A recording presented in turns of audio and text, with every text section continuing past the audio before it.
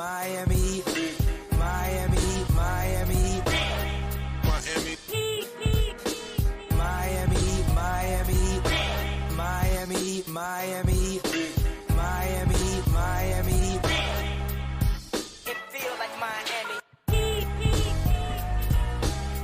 Welcome to the Heat Beat Podcast. I'm your host, Giancarlo Navas, and with me today, Saucy Taste, Coach Lou. What is up, man? What is up? The season, 72 hours away. I cannot be more. I'm just fucking thrilled. We are fast approaching the start of the official Miami Heat Beat season, and today we're going to be doing part one of our two-part preview. The way we decided to do it this year, instead of guards, wings, big as we always do, we thought it'd be fun to switch it up today for this time. So we're going to do under 25 today and over 25 tomorrow. So old guys and new guys. So tomorrow will be the older players, everybody over the age of 25. And today we're going to do everyone under that. So we got Pelle Larsson, Kel'el Ware, Josh Christopher, Kashad Johnson, Tyler Herro, Nikola Jovic, and Jaime Jaquez Jr. Tomorrow we'll have Jimmy, Bam, Terry, Love, Burke, Jay Rich, Duncan, Haywood, TB, and Drew Smith. So I think a solid breakdown. I think a good divide. We got a lot to talk about today, so that's exciting. And I think that this Heat season, I think fans feel a little bit optimistic about this team, maybe cautiously optimistic after what felt like a really strong preseason for them. And I think it's kind of funny to say that about a team that has recently made an NBA Finals, Yeah. But they had a strong preseason. I think that I think they're a little bit left for dead. I think they're going to do a little bit better than what people expect. And I think we're going to get to talk about that some today. Want a quick shout out to Ryan Spravero. He subscribed with Prime, 31 months. That's a long time. Says, embrace the draft breed intro. We are approaching the season, so none of that. Lou, I feel like if we're going to start anything under 25, it has to be with Tyler Herro. Absolutely. I think Tyler is probably the guy that people are most optimistic with, and while also being simultaneously most frustrated with. I think he occupies that space very uniquely on this team. I think in this subcategory of players, Tyler Herro is for sure the most polarizing of them all, because He's the most polarizing guy on the team. Yeah, 100%. That's why probably him or Jimmy, to be honest. No, I think Tyler, because I think that everybody believes in Jimmy. Mm-hmm. I think, at least when he plays. I can't say the same about Tyler. Yeah, that's the thing when he plays. No, but I think you're spot on, man. I think we have to start with Tyler, and anything that begins with Tyler, I think we have to take into consideration before we begin talking about what the preview is or what the expectations are. At least my expectations are for him this year, is to take a little trip down memory lane to last season. Just in general, the whole Tyler experience was probably frustrating. It should have been frustrating if you were watching and engaged, because he wasn't very efficient, I think is the biggest word that we can use, or inefficient, to describe Tyler Herro and what he does well and what he lacks. It's in that category. So just his inefficiencies last year were holding the team back offensively at times, and his responsibility on ball was just a little bit too much. Now, I mean, during this preseason, I think he's been the most impressive. Like, this whole new scheme has benefited him most, in my opinion.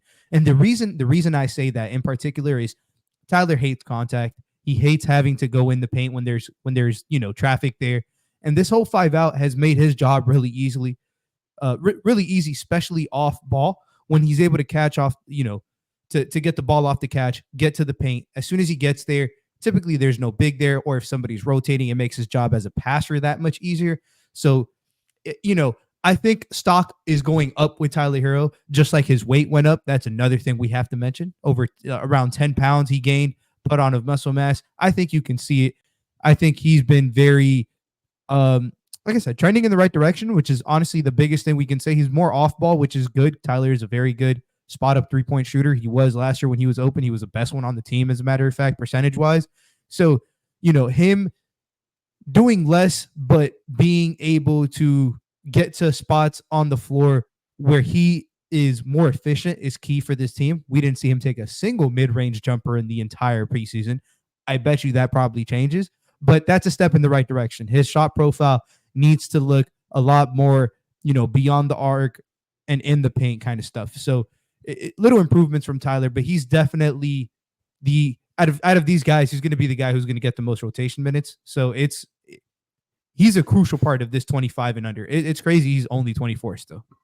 I mean, considering how long he's been on the team. Yeah. The fact that he's still that he's still there. So let's talk a little bit about Herro and kind of some of the stuff you said. In the preseason, he has not attempted a shot from 0 to 14 feet and from 15 to 19 feet. You are correct. He is a big old 0 in field goal attempts. He has 9 shots at the rim and about 21 shots outside of mid-range, and that is his entire shot profile for the preseason. Most of them coming from 24 foot plus feet, so 3-point shooting and in the paint. Last year, Tyler, 40% 3-point shooter, 46% on the mid-range, which is really good actually. So I do think that as the season progresses, if there's somebody to take some, I think, somebody at 46%, I think that's a good percentage to shoot, especially late clock situations. Hey, can you get to your pull up at the elbow, kind of right at the nail, free throw line extended, all that. So that the issue with him has always been the finishing at the rim, right? 53% last year, 58 the year before, 58.5 the year before. It's never been good. He has never shot good at the rim. Has not had positive percentage there. And that's going to be the thing. And you've talked about it. The space floor is going to be helpful to him. I do think that him not getting to the free throw line is always going to be kind of the ceiling for him. And I think 100%. Until he figures out how to get free throws, I think his offense is going to be capped. I don't think we are into the Tyler Herro experience enough. He is not a shooter that is going to shoot 13 threes a game and be ultra elite at it, where you say, well, it's okay because he breaks the math that he doesn't need that. He doesn't. He's a good 3-point shooter. He's a very good 3-point shooter. He is not a board-breaking 3-point shooter. He can shoot in a lot of ways. He can shoot off the catch. He can shoot off a handoff. He can shoot off the dribble, which I argue is the most irreplaceable skill in the league. I think guys who can shoot well off the dribble, that's such a premium for a lot of reasons, especially against teams that play drop. It's so important, as you see with Duncan Robinson and Herro. Steph Curry is obviously the example of, and Damian Lillard, the guys, Kyrie Irving, who absolutely kill you shooting off the bounce. His assist percentage, I think, has gone up every year, which is good. He was at 21.7 assist percentage last year, which is good for the 80th percentile in the league. So you look at his numbers, I mean, even his impact metrics, his EPM was in the 82nd percentile. It was good. His defensive estimated plus minus was the best it's been in his career, right? So he's getting better. It's just very incremental. He's a good basketball player. He's a good basketball player that I think people are really, really hard on. And I agree with everything that you said about the new system, the space floor, all that stuff. I do think we want his 3-point shooting. I do think he needs to take more threes. I think that has to be like, he has to take more threes than twos, in my opinion. That's what I want from him. And I know that probably pigeonholes him as a player a little bit. I think if they're going to have a good offense, he needs to, that needs to be his go-to. So he attempted last season 8 threes a game. Mm-hmm. He attempted 10 twos. That's just not good enough, especially if he's not getting to the rim. Yep. Yeah. And I think that's kind of that's the line that he needs to walk. I think he is what he is as a defender, but that's the line he has to walk. Can you get to 40% while cranking up that 8 threes a game, which was the second most he's taken in his career? The year before that, he took 8 on the dot. Last year was 7.9. Can you get to 40% at 10, 11, 12? Bingo. And like you said, just to add some context to some of these numbers, Tyler, 44% of his shots came at the mid-range last year. 43 of them came from three. So he was taking more middies than threes last year. That And cannot he was a be the good thing. And he was good. shooter. And he was good, but he was still good, not great. And I want to Yeah. make that because, like, I think that when you're good, not great, you want the things that you're best at to be the things you do the most. He is just a better 3-point shooter. Like 46% at the rim from mid range is just not as valuable as 40% from three. literally, and that was statistically just simple math. 47 mid-range shots. I mean, 47% on mid-range shots is 0.94 points per possession. 40% on threes is 1.20. To put it into comparison, 0.97 is the worst offensive rating probably since like 2005. I don't know. You can fact check me, but it's really, really bad.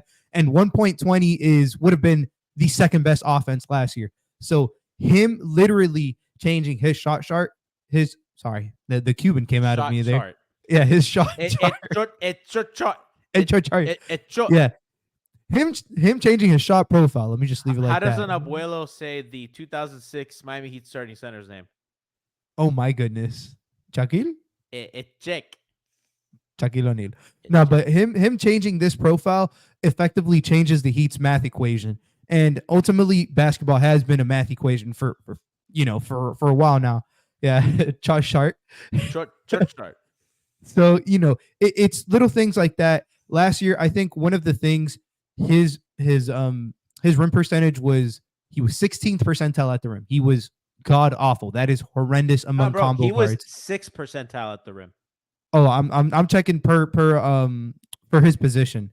Sorry. Okay. So yeah, for his position, he was 16th percentile, which is still not good. Like 16th, those are bad. Like plain simple, horrible. It's just it doesn't matter. Bad. Yeah. And you pair that, or you couple that with the fact that getting there for his position, he was only in the 14th percentile. He's never been above 34th percentile in his career getting to the rim. That needs to change a little bit. I think with the 5-out spacing and him playing off ball more, he can get to the rim in more ways off ball than he can on ball, because he's not the best, ISO, break you down, get to the cup kind of guy. He's better playing off the catch in terms of like providing rim pressure in those kind of areas. Much like think kind of like how Duncan has improved as a, getting to the rim guy. Most of it has been off the ball and like using his 3-pointer to his advantage to get to the rim. Do you know, Lou, that by the way, as a defensive rebounder, he's in the 90th percentile? And the year prior, he was in the 97th percentile. Yeah, he's just a really good rebounding guard, and he fucking competes. I always like to shout that out because I think he's small and he gets a bad rap for being not a good defender. And I think that's justified, but I think he competes. And I think that's one of the reasons why the coaching staff and Riley really like him. I know that they've probably tried to get rid of him a bunch, but I do think that there's kind of a respect level of like, that's what, if you're a Miami Heat player, that's what you do. And I think that they really value that. I don't think he takes possessions off. I don't think he ever has. He plays with a lot of courage, and they like that. And for better or for worse, he's going to be your starting shooting guard come Wednesday night against Orlando. So It is what it is. Yep. And he's good. So I expect Herro to be who he is. I think we kind of detailed how the path to get better. I don't like using counting stats to kind of mean anything, but I'd like him to be a better scorer than Rozier. I think that's important for them. I think he can get, maybe he can crank up. He's almost at 21 points a game. Seeing him around 22, 23 with a much better offense, that's just going to help them a lot. Get those assist numbers up. He was at 4.5 last year, which I think is really good for him considering kind of his game. I think looking for Bam to pick and roll more. I think with the spread floor and the way that they do things, he'll have a lot of lob opportunities for Bam. We saw Rozier kind of get in that in the preseason in some of those games. So I think that's what we expect out of Tyler. I think a lot of it is kind of same old stuff from Tyler. I think he's kind of found a groove in terms of his minute load. I mean, 35, 34 last year, 35 the year before, 33 the year before. So somewhere around that is going to be kind of his minutes thing. He played lowish mid 30s is probably what we expect from him. One thing I do want to touch on, G, is defensively with this added weight, because we know the level of defender he's kind of been over the past. It's I think if there's one thing we can say Tyler is probably good at defensively is hawking lanes. Um, off ball is probably more of his better work in terms of like his on ball defense is obviously not the best, and his size and limitation and strength don't allow him to be a versatile defender. But in this preseason, he was effective. He was gambling for steals and getting these pick sixes and stuff like that. So my thing is, do you expect him to be better with this added weight? All in all, during the course of the season, I think that I think really it's him getting in the screen navigation that's been a problem. I don't know how much the weight helps, probably to stay balanced, kind of going through screens.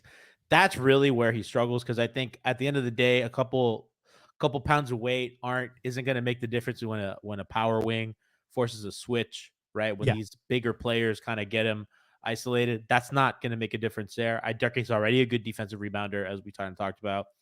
I think on offense, maybe it'll help us finishing a little bit, but yeah, I guess I kind of look at that and be like, yeah, that's sure. I don't know. It's whatever. Like, Steph didn't really put on a ton of weight, shit like that. A lot of players don't put on a lot of weight. I sometimes think putting on weight's a little bit overrated. I think some guys, it really makes sense. And I think we've seen some guys like Dwayne Wade put on a lot of weight, like muscle weight, and it hurt their game. Like we have kind of trends of this. So I'm not sure how to feel about that, but it is what it is. Last thing I will say on Herro while we move on to our next player is 42 games last season, not good enough. 67 the year before, 66 before that, 54, and then 55 in the shortened season.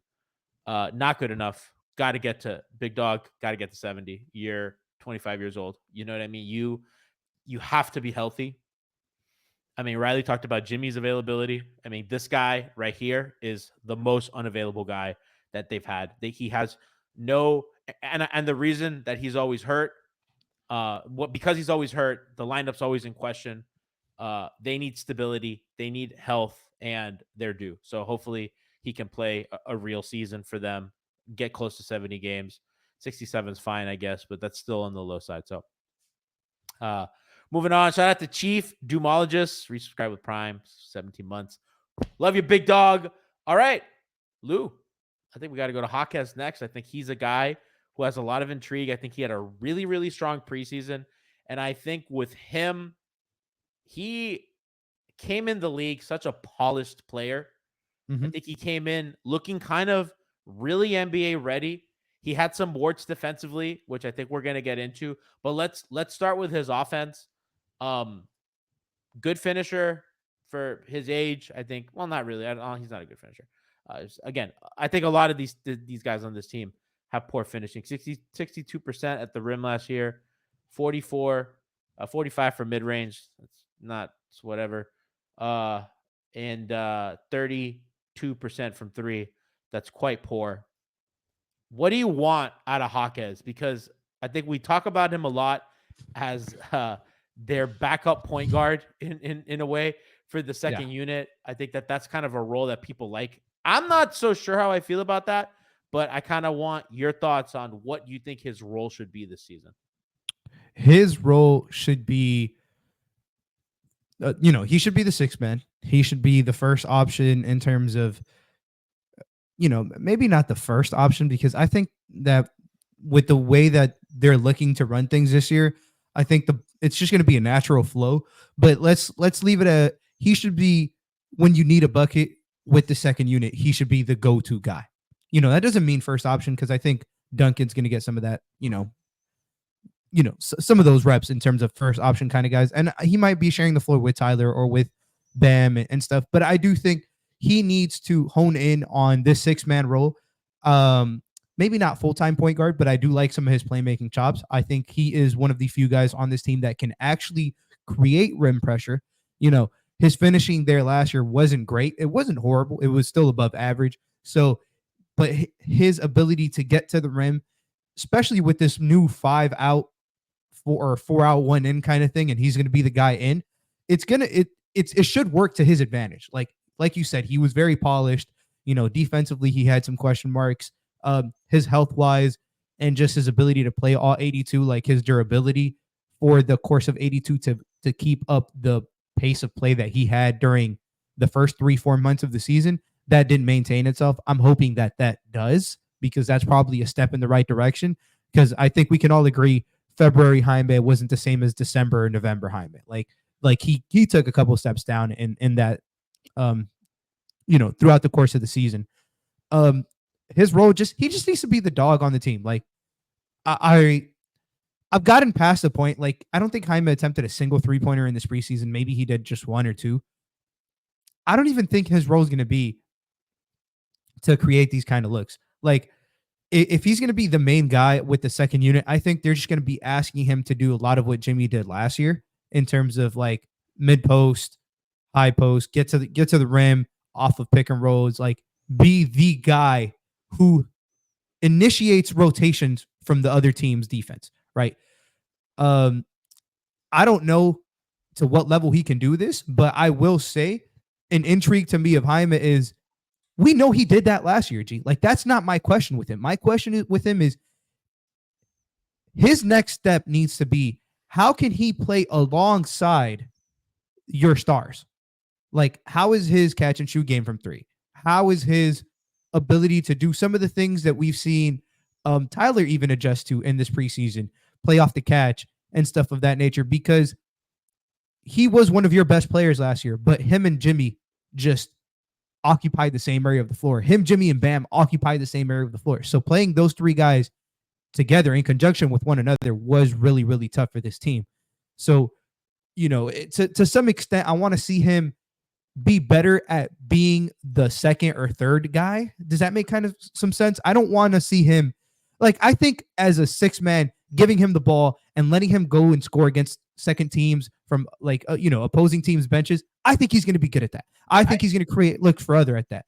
My concern is alongside Jimmy, Bam, Tyler, to a degree, like, how is his half court game going to look? Is he going to knock down shots consistently enough to demand attention out there? Is he going to attack closeouts good enough? What is his game offensively going to look like when the ball is not in his hands? I'll disagree with you a little bit, because I do think that I think they are good when he plays with Jimmy and Bam. I mean, they're +5 per 100 possessions. Their offense is not very good. They're shooting about. Yeah, and that's my biggest thing. Defensively, we know how it is. I mean, defensively, those are the guys that mask him well, right? That's when he could be the worst defender on the floor. That kind of helps him survive, and I think they figure out the offense, because Jimmy kind of thrives in a little bit of randomness. I think Jaquez can kind of manufacture possessions in the half court, whether it be in pick and roll, whether it be a post up, whether that be off a cut, an offensive rebound. I think he makes it work, because he'll play. Like, he'll hoop, he'll find kind of his lanes, his little areas where, short roll here, he'll hit just enough threes in a lineup to kind of get it by. Because really, like, you have a stint on the floor, you just need 1 3 to kind of swing that lineup data kind of in those small samples. So, I mean, they didn't play a lot of minutes together. They only played 157 on the season. So that's an incredibly small sample. But I do think the numbers look good. I think some of it makes sense. But I agree with you that he does occupy some of the same spots on the floor. So everything that you said, I think, holds true. I do think that there's a formula, and we have a little bit of proof that works. Yeah. Specifically with him. Like, his game is so polished. His back to the basket game is so polished that he is a problem. And I do, I do really, really enjoy some of his playmaking. I like his pick and roll too. Like, I think that he'll get to the lane. I think that they could do cool stuff. I think him as a screener, it's not something they've super explored, but I do think that, like I said, there are some instances where they get him on the short roll. I thought in particular with, I don't know about Boogeyman here, but like sometimes with Lowry, I like some of those looks when he would screen for Kyle off the short roll, and it was just a lot of playmaking with kind of a shooter on the weak side. And I think that there's some of that stuff that they could replicate this season. As Chad has said, he looks really good with Duncan on the floor as well. And I think Duncan, again, he has a lot of skills, and I think they got to play him with the guys that are going to mask what he doesn't have. He's going to be a second-year player, but I think he's looked like a terrific scorer. in the preseason. I think that he's gone to the basket, which is something that they desperately needs, that they desperately need. And I think they need as much playmaking as possible because they have a bunch of good playmakers, not a ton of elite playmakers. And when you have few elite guys, all the guys have to be good. Yeah. That's going to follow him. Defensively, Lou, I think he's just not quick laterally, and that's just going to be his problem. He needs to get a little bit. He's a guy that I can see benefiting from bulking up because I do think that he's pretty close to tweener weight, where you put on a couple pounds and all of a sudden small forwards can't bully you as hard. He will be he guards everybody from a point guard to small forwards and they're going to need him to be versatile. And I do think a little bit of weight does help him be versatile. I think he's strong. I think he gets after it. I just think he's a little bit slow on his feet. I actually believe in him defensively. I just think that he needs to get a couple things going to get there. No, yeah, defensively, again, his feet were the biggest question mark coming into the league. I thought his help was fine too, by the way. I thought as a helper, he made right rotations. He's clearly a smart guy. I think he just needs to figure out the lateral quickness. Yeah, and that popped off a film, like even watching him in college, like his off-ball help is so much, like his off-ball defense is so much further along than some of his on-ball stuff is. I know he started out the year pretty decently on-ball, but disagree. No, like statistically, he was like literally the best guy in the NBA, like defensive field goal percentage for like the first 15 games of the season. But that's a small sample size. Yeah, which is what I'm getting at. But as the season progressed, I think we saw him get exposed in some areas of the floor, particularly defensively on ball, taller wings, guys who can bully him. I think for as good as he is using his body and his strength offensively, that has yet to translate to defense and being able to, like body guys up as they, try to Euro around him or body bump Euro into him. That can still be better. But we know who he is defensively. Like he's not the lockdown defender, but he does, like you said, he rotates well defensively. He's good in lanes. He plays free. He's 6'6", 220, 225. So he has some pretty decent size in theory to be able to be in these switch lineups. So I think Jaime's progression is going to be as expected. I think he's going to be sensational this year. He's going to be in positions to be great. This team is going to, the scheme that if they run what they ran in the preseason, I think he's going to be one of the guys who benefit. The first two guys that we talked about, I think are going to be the two guys that benefit most from it.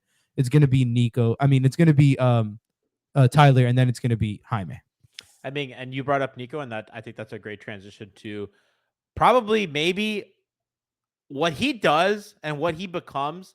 I think is going to be a very important pillar to how Miami looks. I think that we've talked a lot about their revolving door at power forward.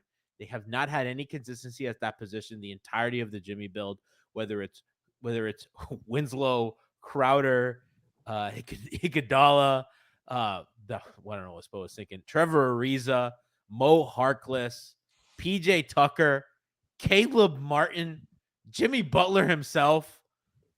We've really kind of gone everywhere around. Haywood Highsmith. And now here we are at Jovic, a guy that they drafted, a guy that they believed in. They didn't trade him. And a guy, chat says, God, I miss PJ Tucker. Me too. But they did the right thing by letting him go because he's not an NBA player anymore. They got the last good year.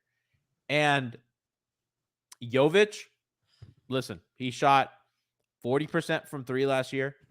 I think that is the most important thing. I think defensively, as we've talked about, he had improved a lot since his rookie year. He was actually a plus defender, according to EPM. As I mocked Lou for saying the other day that he was a plus defender last year, he was. The advanced metrics would say the eyes don't lie. The eyes don't lie. He was good in the playoffs. I do give him that. Again, another guy who's just a bad finisher, 58% at the rim. Yep. Okay at mid-range. They have a lot of okay fucking mid-range shooters. That's really their MO. A lot of these guys are like either to decent three-point shooters, and they are bad at the rim, and then they're bleh at mid-range. And that's really was their formula for a really super meh offense because these good 3-point shooters couldn't get good shots, and because nobody was really forcing the rim pressure. I believe Miami is like the worst or second worst finishing team in the league. But he's a guy that is versatile. He can handle at his position. They did some 4-5 pick and roll with him and Bam in the preseason. That is intriguing. Now, I've seen Spo do cool stuff in preseason that never gets seen again. So I'm not going to hold my breath with Spo being cool, but I think that that's certainly an avenue to explore if they're really serious about diversifying their offense. I think getting him shots in pick and roll is important off the pop. I think Miami, particularly Jimmy, needs some of that. I think he could play a little bit of backup 5 for them. And I think Lou, in a perfect ideal world, I'm sorry to Kel'el Ware, he's the backup 5 in playoff games that matter. I think they shorten the rotation. So I think he's their starting 4, and he's their backup 5. And I know that those lineups have had mixed results, but I think that that's important. No, I think I agree. Cartaliana says, pass the ball, G. I let Lou monologue on Jaime and Tyler like 3 minutes uninterrupted. I'm setting up the fucking guy. G's cooking right now, man. G is cooking. He's cooking. I'm telling you, he's cooking. ISO, dog, go. No, but I think I wholeheartedly agree with specifically that last take. Again, no disrespect to Kel'el, no disrespect to K-Love, but disrespect to Thomas Bryant. Disrespect to TB. I love you, TB. TB, as a dude, you seem great. I'm just not a fan of high leverage minutes with you. I think you're a pro's pro, but I'm not. We're the same.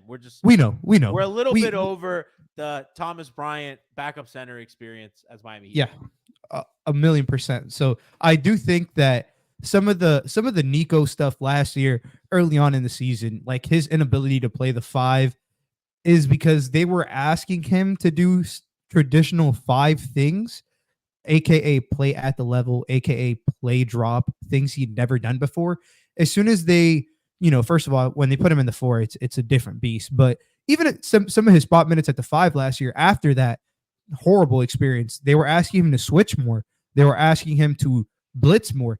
The same things, well, not switching, but the blitzing. That's what made Kevin Love playable defensively almost the entire season, G, is because he was so aggressive with his blitzing that the back line, when you had Jimmy and when you had Jaime and when you had these guys in lanes, when you had Highsmith, it would make that putting 2 on the ball not as worrisome. Niko did some of those things, so I agree. But I think by far the best thing that Niko does, and he does this better than any single player on this team, and he's only 21 years old, is he is a connective player. He is the Heat's best connective offensive player. He makes this fucking engine roll. You talked about it, G. We've been looking for a 4 next to Bam forever. And I don't know who the fuck thinks we still are, man. If you're one of the few people who think the Miami Heat still need to find a big to put next to Bam Adebayo, you have not seen the last fucking year or 8 calendar months of basketball that Nikola Jovic has put on display for us. Like you are just, or either you did or you're just fucking blind. I'm sorry to tell you, but this man alongside Jimmy and Bam was plus 11 per 100 possessions. Like it's ridiculous. They were 98th percentile defensively, and this is with his most used lineup alongside your 2 biggest players, containing Terry and Duncan Robinson. They're in -6, and that lineup played almost 50% of the minutes. AKA, this man with Jimmy and Bam causes fucking problems for opposing teams. You somebody this big, have we seen his? I know you talked about like some players don't benefit from being strong, and I agree. Niko's not one of these guys, man. Niko has benefited from putting on weight. Like, it has made him more playable. We saw it during the last preseason game. He absolutely bullied the point guards 2 separate occasions. Now it's a new added element with 5 out. I generally think he's our best post playmaker with 5 out already. So if he's able to draw 2 at a higher clip and bully some of these smaller guards and some of these smaller matchups, even the smaller wings on him. I think he's the key to making this fucking offense. The dream scenario for the Miami Heat offense should be probably 12 in the league in terms of offensive rating. For them to hit 12, Niko needs to be Niko. Like Niko needs to take the step of, greatness in terms of like some of the greatest, connective players, probably, like Batum is one of them. Just players that make everybody's job easier that nobody fucking talks about ever. PJ Tucker was that PJ guy. Tucker, 100%. Like, they're not going to like it. Kyle Lowry was one of those guys. Shane Battier was one of those guys. Like, these level of players who can just make everybody's job fucking easier. Nikola Jovic has done that. His biggest thing is he has to be better at finishing around the rim, man. He has to be. He was putrid last year. I think some of that had to do with probably some shyness and timidness in terms of how much he can get on ball. The spacing was horrendous. The whole team sucked last year at the rim, G. Is that a shocker? No, because they had 3 guys there. Getting out in transition. I mean, that's going to help his finishing. I think not only statistically, but it'll get him in a groove. Like he's obviously not a good half-court finisher, but you get that number up by being in transition in the open floor, and that gives him confidence. That lets him see the ball go through the hoop. I think that matters. Yeah, and he's one of their best transition players too. Like even in this preseason, they were outletting to him and letting him be the guy who gets the hockey assist on the break or takes it all the way to the rim. Like he does so much things, and he's 7 feet tall almost. Like he's 6'11". Just Niko needs to take this next step up, and I genuinely think this season banks on obviously Jimmy, Bam being Jimmy and Bam, but if there's a third guy and a fourth guy, I think we've talked about him. It's the first 3 guys that we talked about today. Those 3 guys have to be the key to keeping this thing, to getting back to where the Heat were 2 years ago. It's got to be those 3 guys. 2 quick things on Jovic. One, to the point I said earlier about Jovic being their backup center. Last season when he was the 5, they were -5 per 100 possessions. Really atrocious offense and bad defense. So one thing I want to see go up, because I have my doubts about Kevin Love against Boston, against really high-powered offenses. So I just think that part's important for him. Second thing I want to say about him is I think if his offense gets legit good and he has to force a bigger wing to guard him, that takes a guy off Jimmy. I think, not that he has to be Aaron Gordon or anything, but I think you kind of saw what happens in a series like Miami with Denver when you try to get away with using a smaller player to guard maybe your fourth starter, your third, fourth starter with a guy, and he really kind of creates havoc. Not that, obviously Aaron Gordon, is a really, really good player and Jovic is in year 3, but I think that you kind of want that effect where he can punish them for trying to get away with something, by putting a smaller guy on him to put a bigger guy on Jimmy. You got to punish and don't let them get away with that. And that's the kind of stuff that flips playoff series, that kind of gets you a couple wins in the regular season where you need. And I think he's huge, man. I think for everything that we've said, he has the skill set of a guy. He's very young. That could be their starting power forward for the next 5-6 years. I believe he's up for contract soon. Yeah, my whole thing after last game was pay that kid, and he becomes contract eligible after the season. So you know what I mean? Like you gotta, you have a guy that could be with Bam. You have 2 guys that are gonna be around. Jaquez is another guy that you really, really like, and that's a pretty decent core of young players that you're gonna have on team contracts. Like that you drafted, that you developed. So I think he's really, really critical, kind of going forward as for sure as their starting 4. Let's move on to your boy. We really got to get through the rest of these guys. Pelle Larsson, the GOAT. I'm not even gonna set this up. I'm gonna let you say what to expect from that young man, because I think a lot of the fear right now is, well, Drew Smith and Alec Burke are just gonna play over him. That's kind of a Spo thing. And I think that they just may play it safe. Drew Smith is a good defender, competes, knows the system. They want to reward him. I think we've seen this with Niko in the past. They may not feel he's ready. What does Lou Saucy Takes say? He's going to be in the doghouse. like every rookie is for Spo, at least, you know, and maybe he should be, but don't keep him there too long, G, because we talk about connective players. We talk about players who make impacts in several different ways. Their intangibles are super high. Pelle is one of those guys as well.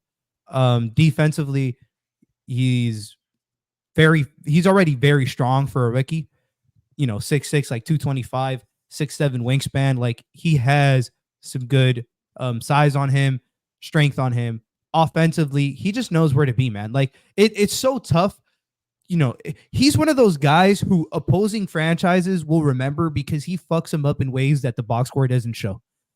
Dives for this loose ball, gets this offensive rebound, taps this ball out, cuts backdoor here. Why is nobody guarding Pelle Larsson? Like, these are things that opposing franchises are going to be saying by fucking December. Like, he's just the perfect fit. He just goes plug and play guy, like to the T. He is a plug and play rookie. We've seen his role change during the summer league. We saw his role change even in the preseason, and it doesn't matter. He finds a way to impact winning. His last preseason game, he shot 5 for 17. Awful. Plus 21, best guy on the team. They won by 5 points. Like, again, little shit like that. He's a very good lob passer already, so he's going to be able to do these kinds of things. He draws charges. He sets up for charges. He can test well. He's a decent enough passer. Is he ready 100%? Is he the most polished guy? For a rookie, he's very polished. I don't know how long the leash will be, for playing time and playing through turnovers or playing through little mistakes and stuff, because he's going to have those like every rookie does. Hopefully they give him an opportunity to, at least over Drew, maybe even perhaps over Josh Richardson or Alec Burks some nights, because I do think he can help your main guys stay your main guys, and he's just going to fill his role. He's been a winner, G. Like, he went to Arizona for 4 years. Arizona's been one of the best programs for 4 years. Like, that's all he knows how to do is impact winning. That I don't really have much else to say on Pelle Larsson. Like, he's one of the best cutters on the team already. I can guarantee you that as a rookie. He's good in transition. My biggest concern with Pelle Larsson, and I have two concerns with him, because everybody likes to paint me as a Pelle Larsson guy. I mean, fucking Frankie got a picture of me, a meme picture of me, and it's true. But I think you offensively, are a Pelle Larsson guy. This is not. I am 100%. This is not. We didn't make this up. Oh, no. And I'm proud. I'll wear that shit on my sleeve, man. But offensively what's his 3-point volume looking like, and what is he shooting at volume? Because he was a very good shooter last year at Arizona. He's been a very good 3-point shooter throughout his career, practically there. But he's always not been the most high volume shooter. He's been like a lower to average volume guy. So can he take those numbers up and the percentages stay the same? And then defensively can he still play physical but stay out of foul trouble? Those are my two biggest concerns with Pelle Larsson. If he can shoot threes and stay out of foul trouble, he's in the rotation by the end of the season. I hope so. I think probably Drew Smith is just going to play over him early. I think that's just how Spo's going to do it, and I think Spo always values the guys who can defend. Listen, maybe I'm wrong, and they say, you know what, we need a little bit of life for our offense. I just think that a lot of these guys are going to get some run, but I'm not so sure on where Pelle's kind of role is going to be early in the season. I think that he'll get his reps, as the season progresses, and Tyler inevitably misses 7 games, in November or some shit, or January. He'll get his run, but I think keeping a guy like that in the system is important. I think that they don't have a ton of guards right now that they can rely on. I think that Drew Smith is kind of what they got. There's Gabe Vincent's not walking through that door. Max Strus not walking through that door, right? So this is kind of replenishing the farm system for them. I got to be honest, I personally don't expect to count on Pelle Larsson for any important minutes this season. Knowing what I know about the Miami Heat and seeing him play, I don't know if he's ready. I know you're really high on him. You even said that he should start at some point. Yep. But that's where I'm at. I could be wrong. I'm just kind of speaking off the information that I have, knowing Eric Spoelstra and what I've seen in preseason. They may not opt to go for that, especially early, because I think they want to make a statement and start strong. No, yeah, I don't think he's going to be to start the year. He's going to be getting DNP coaches' decisions, and it comes. It is what it is. It comes with it. Like we saw their first 9. We know who they are. It's going to be the starting 5, and then it's going to be Jaime, Love, Duncan, and Highsmith. That's going to be their first 9 guys. I think 10 and 11 are probably Burks and Richardson, and then Larsson. So he's probably the 12th guy at best. The 12th That guy's guy. never healthy, Skinny. It says Jay Rich will play over him. But he will when he's healthy. So, like I'm gonna be realistic. Reality is reality. Reality is reality. He's probably the 12th, 13th guy. But I think as the season progresses, you're just gonna see him get more and more run because he's gonna figure out ways to impact winning and do the little things that the Miami Heat love. Yeah. So let's, speaking of the little things that impact winning, let's go to a guy that I think there's a lot of question marks on if he can do those little things, which is Kel'el Ware. I know that some people have called him Hassan coded. I think that's a little harsh. I know, Lou, you're not the biggest fan of him. I think that's accurate. But go Hoosiers. Shout out to Jack. I really like him, and I think Spo is going to wrongfully be hard on him and not play a rookie big, but he has size. He has force. I think you need those things. You don't have those things. I think you can even play Love at power forward with him off the bench, and you could do some fun lineups with that, with Jaquez and them. I do worry about playing him with another big that is defensively challenged, but I think defensively, you've seen the upside, kind of seen the blocks. He's made plays. I think he's made plays and drop. I think that there's something there to explore. I think he will get run. I imagine he'll get more run than Pelle Larsson. I'm sorry. Because I do think there's an intriguing aspect to win now that he gives them if, he kind of plays within a lane. And I think bigs of his ilk, there's a prototype, like that they can fit, right? Like, can you beat Dwight Powell? If you could beat Dwight Powell, you will play in this league for a long time. Everybody loves a rim running big who can defend a little bit. And I think if Kel'el Ware can do that plus a little bit, because he is a talented guy, was at Indiana, good player. That's the kind of stuff that they need. They are not only are they searching for a backup 4, they need a backup starting 4. They need a backup 5. That has been the other kind of really, and ironically, PJ Tucker was both those things, and that was the best team they've had in the run. Jay Crowder was also both those things for them, and they made the finals that year. So what do you know? So those are kind of the big areas of concern for them, and I think that he kind of addresses one of those very, very directly, and I like that they did that. Yeah. I think he's somebody who has improved significantly, even from summer league till now. So that's always great to see. Not every player has Niko's, progression or exponential progression. We have KZ Akpala's as well, unfortunately. So if Ware can continue his upward trajectory, particularly defensively, I just think some of his things, my biggest concern with him is physically, can he withstand being a 5? What that entails, the rebounding, the boxing out, the being physical down low. Can he withstand some of those things? And also, what does he look like when he's not being a play finisher?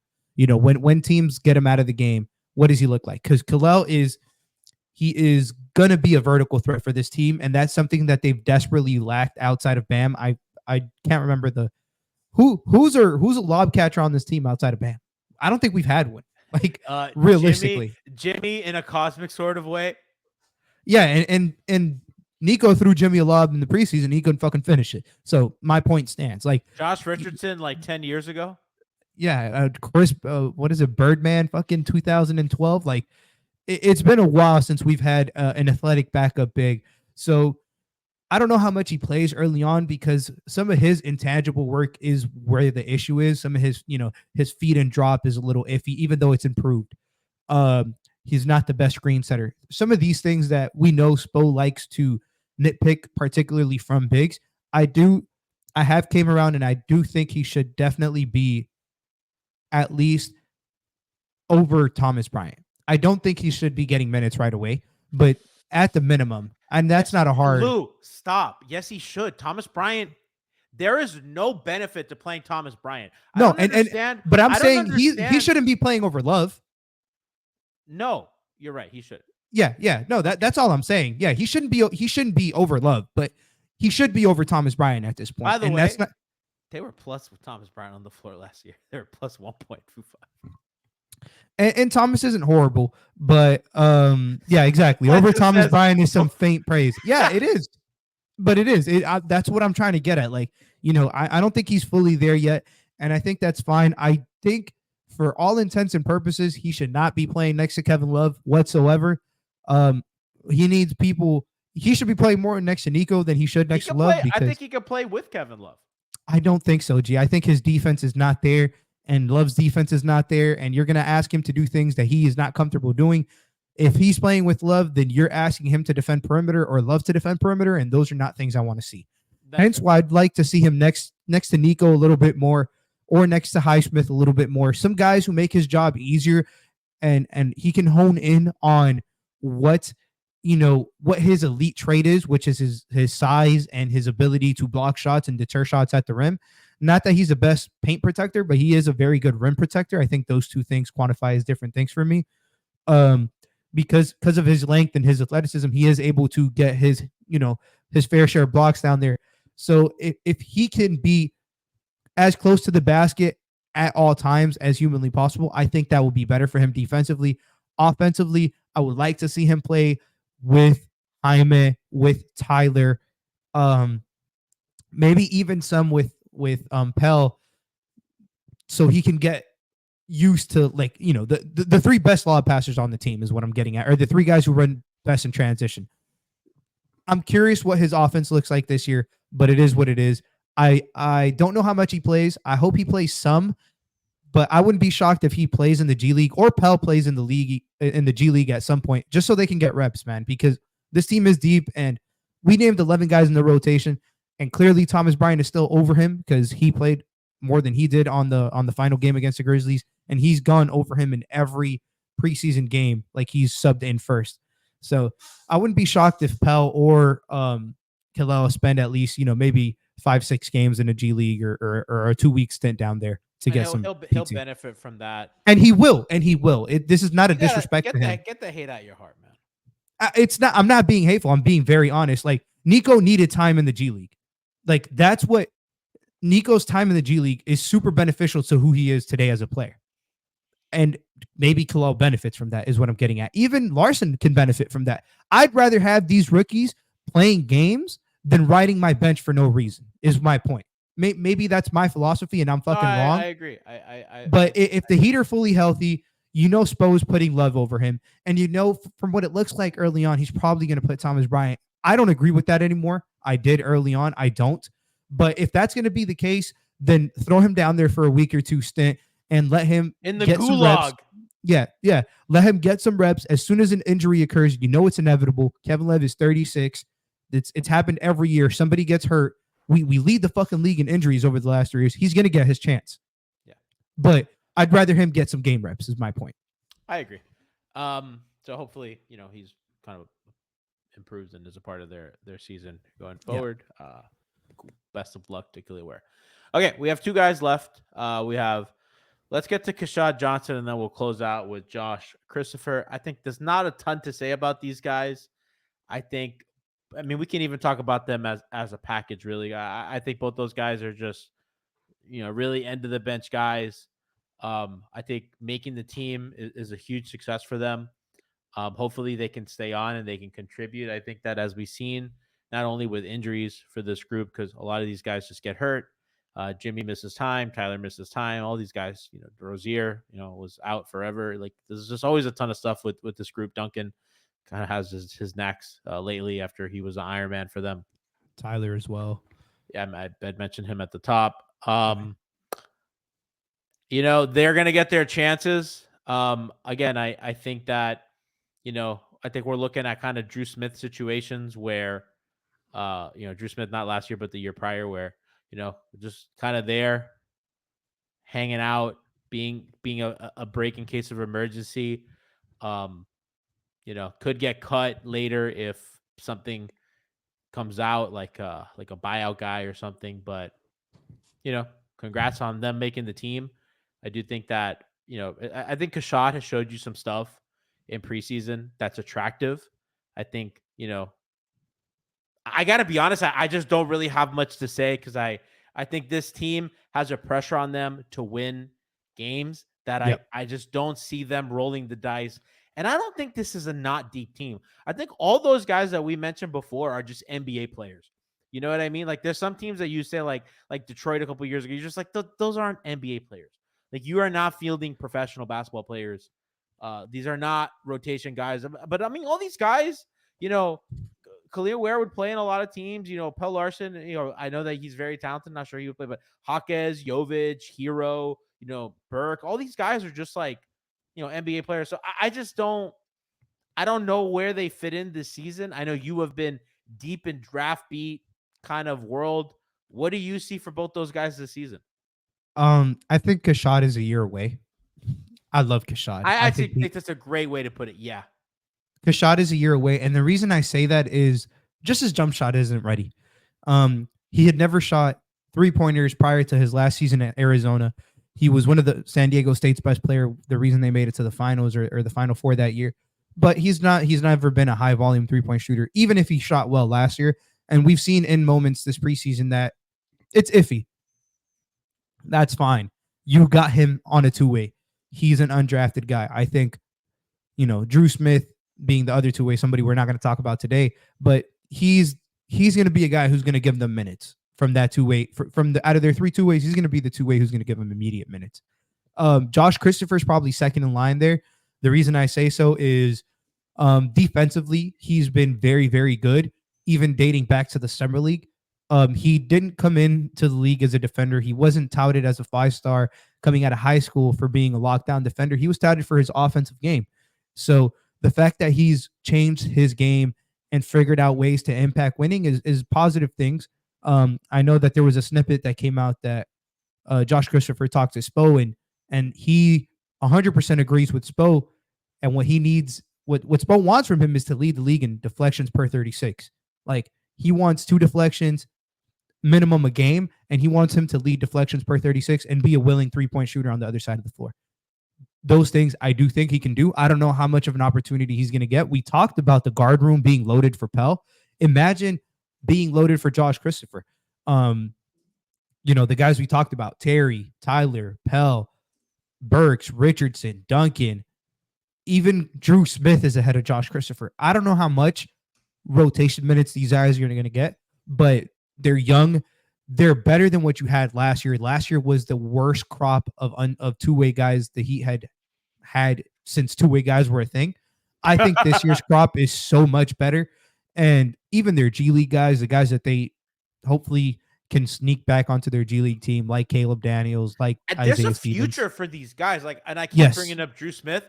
That guy just hangs around, and you know what I mean? I don't think he's like a game changer or anything, but it clearly, he's good enough to be around and help you and play minutes, even though, again, I was the first one last year to really not like the Drew Smith experience. But, and I didn't either. But and sometimes those guys are Gabe Vincent and Max Strus and Duncan Robinson. I think those are the big 3 examples of these 2-way guys. I mean, Duncan Robinson hung around forever. And Caleb. No, but Caleb was like a 2-way guy, and then they very, very quickly realized that. Yeah. I thought you just meant 2-way guys who. I'm like guys that are in the system. Like Gabe was in the system. Max was in the system. Max was in the system that when I saw him play, I'm like, I think this guy sucks. And Duncan, he wasn't very good. He was Max Strus really put him up, but Duncan was another guy that you'd watch and be like, I don't see it. I'm sure some people and I'll be the first to admit I'm not great at talent evaluation. I've always said with these rookies, and I'm not good at projecting out. It's not, I think I'm pretty decent at looking at what's going on the court and understanding, but I'm not good at talent. I'll leave that to Lou, Bond, Frankie, Moose, all those guys. But yeah, they've been very blessed with their scouting and 2-way guys. I actually really like Kashad. Josh Christopher, could take or leave. I don't think he's really ready yet, but I do agree that Kashad is a guy that him being in your system is good because there could be a time that he develops into the kind of player that you'd be like, okay, that could be our next Max Strus. That could be our next Gabe Vincent. Yeah. Yeah. And he's probably somebody who they're going to throw a lot at on his plate to see where he sticks. Particularly probably in 100% in the G League. He might play some small ball 5 for them down there. He might play some 4. He's going to shoot shots a lot. I want to see how his percentages look, but ultimately I do think that this is one of their deeper teams. I thought last year to start the year they were pretty deep and then the depth went straight down the fucking barrel as soon as everybody got hurt. Because, their two-way guys didn't help. I do think this crop of two-way guys is going to help with their depth. And I do think just in general, this scheme and the system and all the changes that Spo is doing and guys have been doing to their games and to their bodies throughout the course of the offseason is only going to be more beneficial to this team by the time February, January, March comes around when their bodies are aching. They're going to have answers. I agree. They have, I think, quite a big crop of young players. And I think this is probably the biggest group of under 25 players that they've had in a long time. Probably the most in the Jimmy build. And I think a lot of these guys, I think really all these guys except for Josh Christopher and Keshad Johnson are going to see like real leverage minutes at some point. Yeah, and like I said, I think, I mean, again, I don't want to diminish what Josh and Keshad have done. I mean, they made the roster even over guys like Stevens, who I think kind of showed some promise, and he's another guy that I'm sure that Miami will kind of, sniff around every once in a while and see how it's going, and if they need a ball handler and they need a guard, kind of like what they're doing with Drew Smith now. Drew Smith is really the poster example for this in this current era. So, that's kind of it. And listen, I want to say this before we go, because we run on time. I actually think we did really good for getting this in about an hour. I think this team is going to be better than a lot of people think. I don't think they're going to win a title this year. I don't really think they're going to have the high-end gear.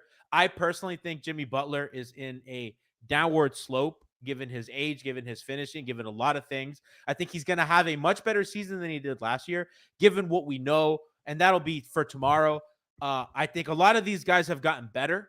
Like Bam, all these guys, and then they have this group of young guys, which we've talked about, that they need energy, they need zip, they need some new blood, and I think nothing does. You ever see the beautiful eyes of a child, Lou? A 6-year-old will light up your life. Children bring families together. They make us happy. My nieces and nephews, they provide an energy to you that you did not think you had. You may be tired, and then you see, your little scamp, and you think, you know what? I can make it the rest of the day. And let's hope that the older players look at Pelle Larsson's beautiful, pleading, big, wide eyes and say, you know what? I can do this for the kids. I believe. I will make dinner tonight, damn it. I will not pour that glass of whiskey. And I will, damn it, I will do sit-ups in the living room. I think you explained it very gracefully, maybe in words that I would have used a little differently, but it was hilarious. But I will say it's that all fun I think games until they start using crayon on the wall. Exactly. I do think today's episode of, what the young guys that we talked about, tomorrow's episode is the foundation, the floor of this team. These guys take you to your new ceiling. And I think that's the best way I can put it. If you want to get there, these are the guys who are going to get you there, not the guys we'll be talking about tomorrow. Those guys have to do their job to make sure that they don't bottom out. These guys get you to 82. Like, if I 100%. tell you right now, Tyler Herro is going to have a career year. Jovic is going to take the step that we need him to take. Jaquez is going to not, he's not going to hit a second-year wall. He's going to continue the ascent that we believe that he's on. If Kel'el Ware becomes a reliable backup big, and if Pelle Larsson finds some time in the rotation as a good shooter who can defend, that stuff matters, bro. You need fucking players. the difference, the way I'll put this, because I agree so much with you. The Miami Heat last year went 46-36. They got 8th place in the play-in. The guys we're going to talk about tomorrow, they get you to this play-in. The floor is the play-in. These guys are the difference from you being 8th and fucking even a 2nd seed. It was a 4-game difference. These guys are the 4-game difference. You don't have those fucking lulls in the middle of the season. Bingo. Where you're playing Chicago and it's like it's ugly. It's just horrible. You're literally watching them wither away. Yep. Because those guys being good, puts pressure on the starters, because it's like a hierarchy, man. If Jaquez and these young guys, if Jovic and Tyler and these guys are playing good, like everybody has to step up around them. And I think that Jimmy and Bam are proud. I think all those other guys Rozier's proud. They're going to keep up the energy. These guys, I think leadership should be top down. But I do think that, listen, I think we all agree that this build has run its course a little bit. And I'm not going to sugarcoat it. I think we all kind of feel like we're sick of watching the same thing. And they've just gotten close. And they have not been able to, in reality, they have not been able to secure the missing piece, right? That third to second player next to Jimmy and Bam. They haven't been able to find that. So what they've done is try to fill out the roster, money ball, try to figure it out. They haven't had a lot of build picks from within. And build from within. These are the guys that are going to do that. And who knows? Maybe one of them takes a Duncan. We've seen it. Duncan Robinson took a leap from one year to the next. That was astronomical, and they were in the finals. That stuff matters, So if one of these guys, you just need one of these dudes to catch fire, and all of a sudden, you're in a different world. So I don't want to start discourse, not chat saying I can't say this build has run its course, but regardless, we have a lot more to talk about tomorrow. Tomorrow we're going to be live at 6 p.m., a little bit earlier for you guys out here on the East Coast. We're going to get to the guys over 25. I believe Lou will be on. I think hopefully maybe Bond, maybe Frankie, maybe Tiff. We'll see who's going to join us tomorrow for that show. We'll bring you all those guys. I think are a lot of the heavy hitters, Jimmy, Bam, all those guys. So stay tuned. And of course, we got you covered Wednesday, opening night against Orlando, another year. Excited to be here, excited to do this, and another year of Miami Heat be covered. So see you guys tomorrow, Monday, October 21st, and then again on the 23rd. Peace out. Doses.